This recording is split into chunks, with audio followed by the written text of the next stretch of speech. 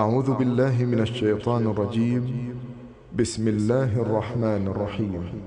Мүміндердің анасы Хафса Омар қызы Аллах әкесі екеуіне разы болсын.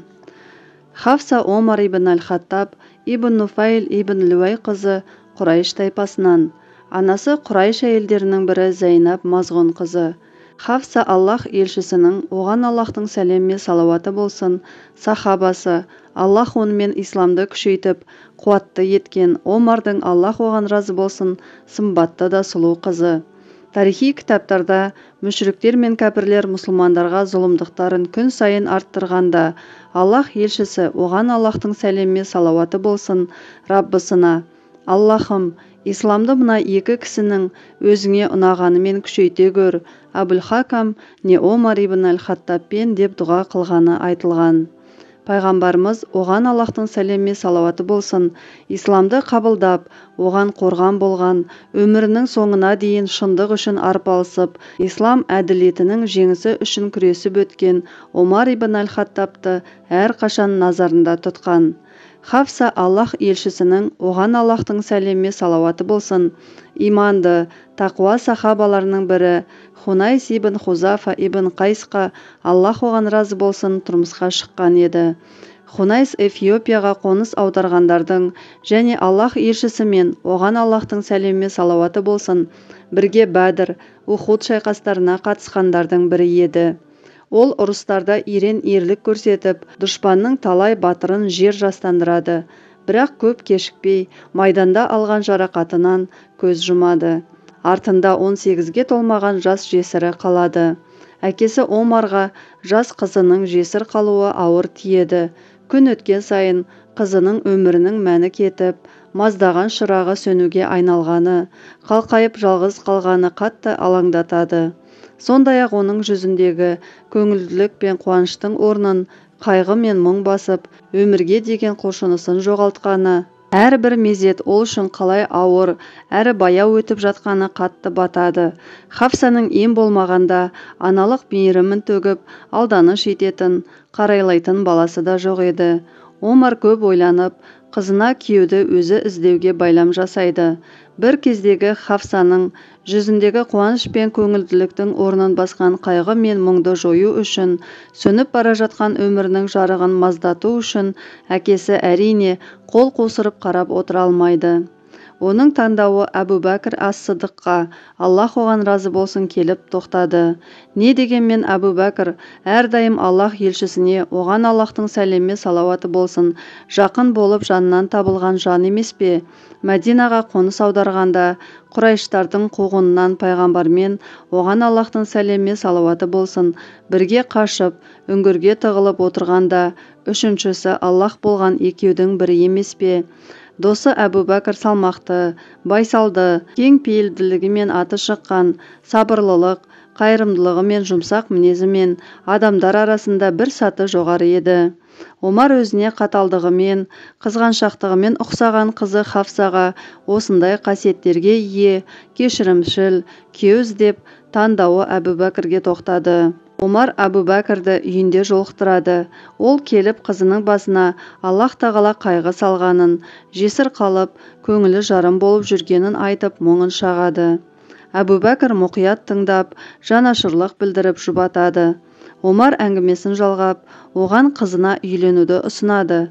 Омардың досының қолдау көрсетпей қоймайтындығына, Аллах онымен исламды күшейткен адамның діншіл, тақуа қызының бас тартпайтындығына сенімі толық еді.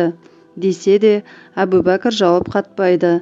Бұл Омарға қатты әсер етеді де, ыңғайсыз жағдайда қалғанына ашуланып, шамданып, кетіп қалады. Қызын ұсынғаннан кейін досының келісім білдіріп, жауап қатпағандығына қалай түсінік берерін білмейді. Енді ол Осман ибн Аффанның, Аллах оған разы болсын, үйіне келеді. Османның жұбайы, пайғамбарымыздың, оған Аллахтың сәлемі салауаты болсын, қызы Руқайя Бәдір соғысындағы мұсылмандардың жеңісінен кейін бірнеше күн өткен соң қызылшадан қайтыс болған еді. Омар Османмен сөйлесіп, Әбу Бәкірге айтқандарын айтып, онымен қызынан бас тартқандығын тілге тиек етіп, өз ұсынысын айтады. Осман мұқият құлақ салып тыңдап, оған ойлануға бірнеше күн мұрсат беруін сұрайды. Бірнеше күннен кейін ол Омарға келіп, мен қазір үйленуді қаламаймын дейді. Омар қайтадан алғашқыдай ыңғайсыз жағдайға түсіп, намысы қайнап, өзін төмендетілгендей сезінеді, шамданып, ашуланып, өзінің ол екеуіне қызына үйленуге ұсыныс жасағанына өкінеді. Содан Омар Аллах елшісіне, оған Аллахтың сәлемі салауаты болсын барып, досы мен күйеу баласының өзінің ұсынысына әділетсіз шешім қабылдағандығын айтып шағымданады.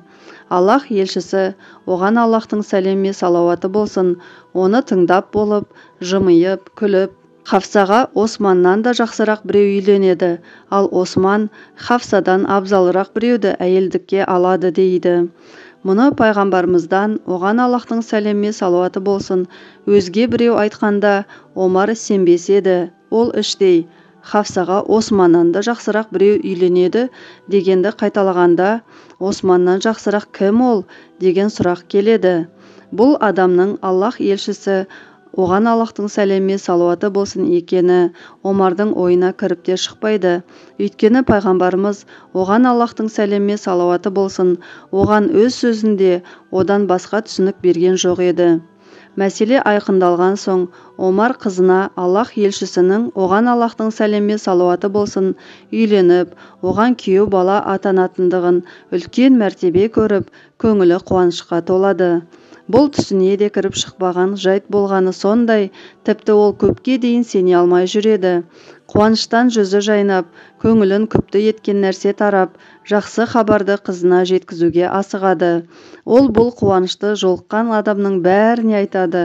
Абу Бәкірді кездестіріп, оны да хабардар етеді. Сол кезде Абу Бәкір кешірім сұрап, қолын ұсынып, маған ренжіме, Омар, Аллах елшісі, оған Аллахтың сәлемі салауаты болсын, маған Хафса жайлы айтқан, мен тек оның құпиясын жария еткім келмеді.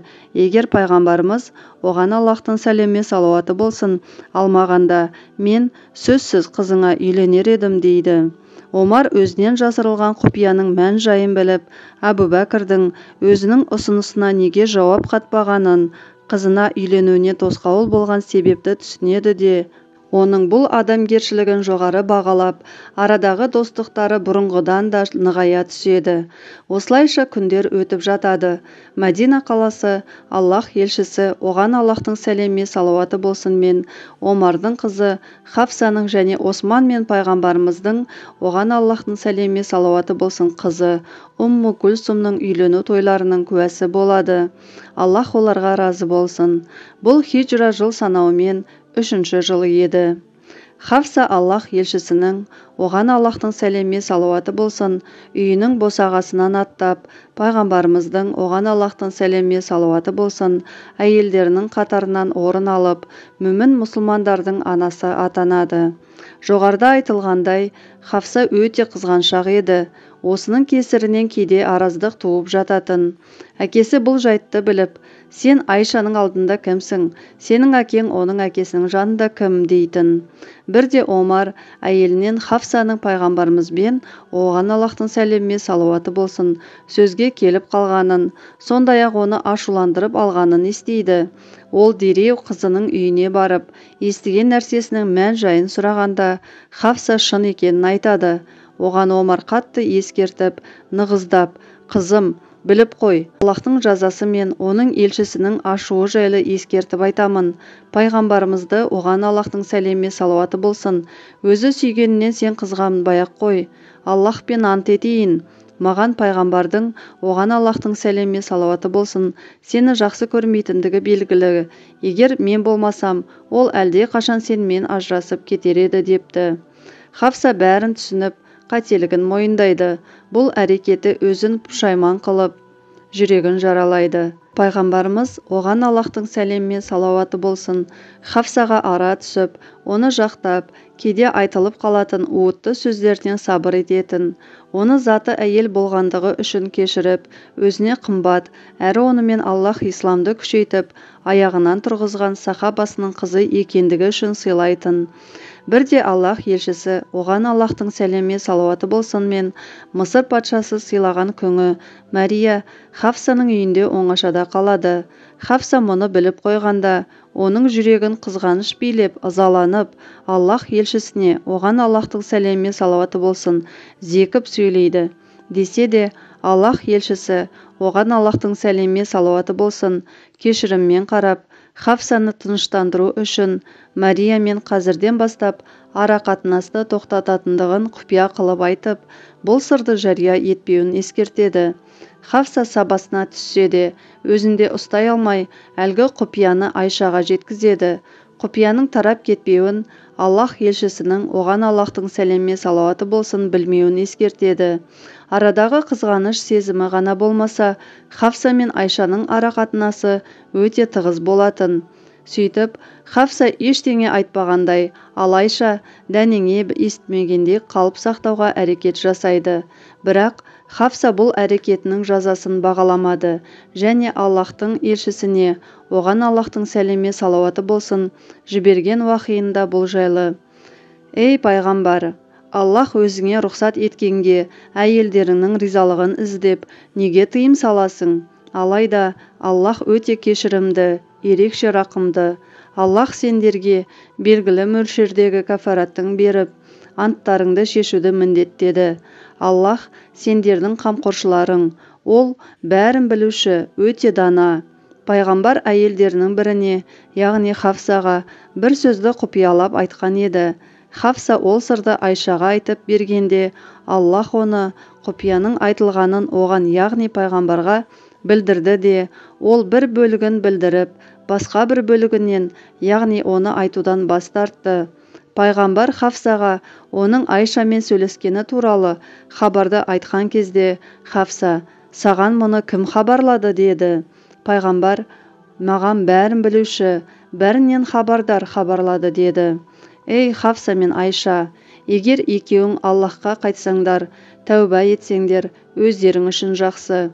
Сендердің жүректерің тайды, ал егер оған, яғни пайғамбарға қарсы біріңе бірің көмектессеңдер, ақиқатында Аллах оның қамқоршысы, әрі Жәбірейіл мен иман келтіргендердің ізгілері және одан кейін періштелер де көмектесуші.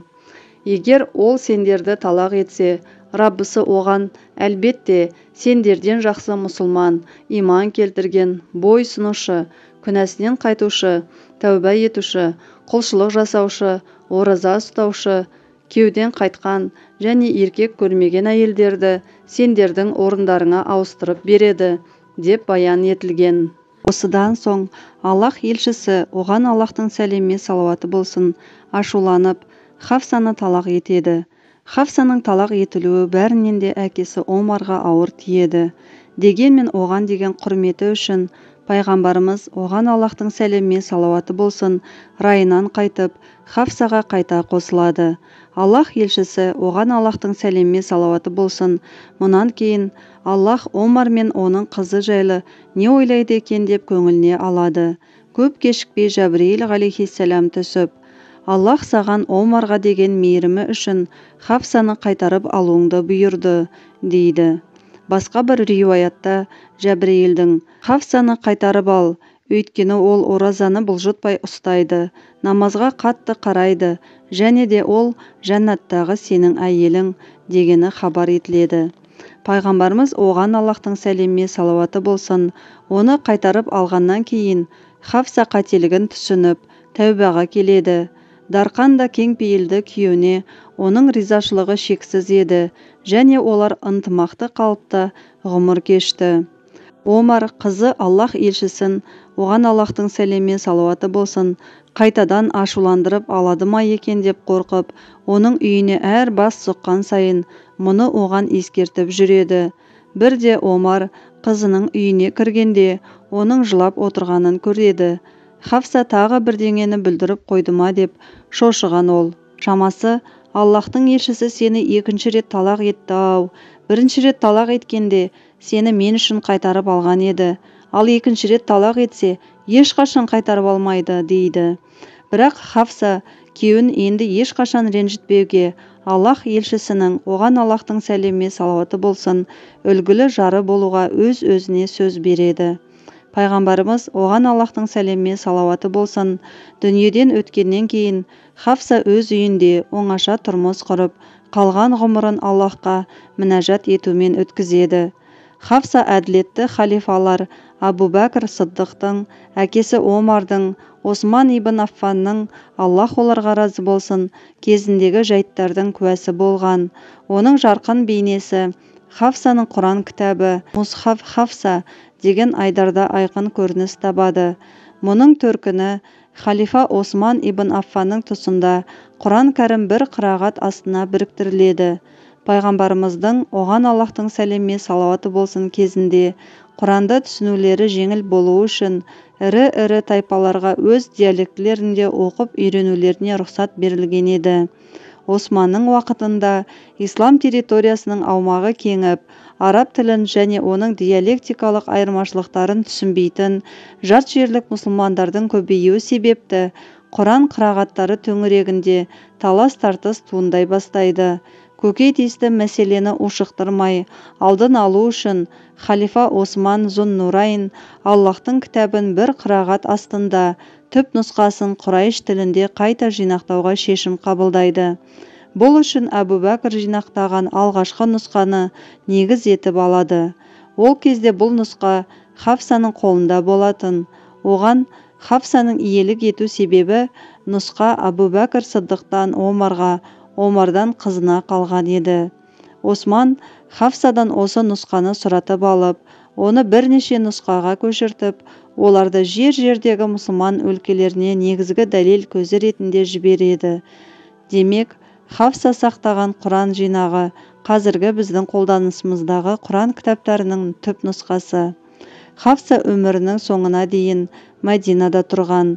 Умауилер мемлекетінің негізін қалаушы Мұғауия ибн Абу Суфьянның заманына дейін өмір сүріп, хиджра жыл санауымен 45 жылы дүниеден қайтады. Ол мүміндердің аналары жатқан Бақиқ мазарына жерленген. Хафсаға және барша мүміндердің аналарына Аллах разы болып, оларды бүкіл әлем әйелдеріне ақиқат жолында үлгі өнеге етсін.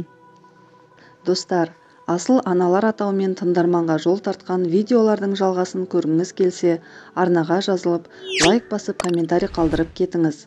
Сондай-ақ қоңырауша батырмасын басып қойыңыз. Асыл аналар атауымен жарыққа шығатын видеолар жалғасын жіберіп алмай көре алатын боласыз. Ассаляму алейкум ва рахматуллахи ва баракатух.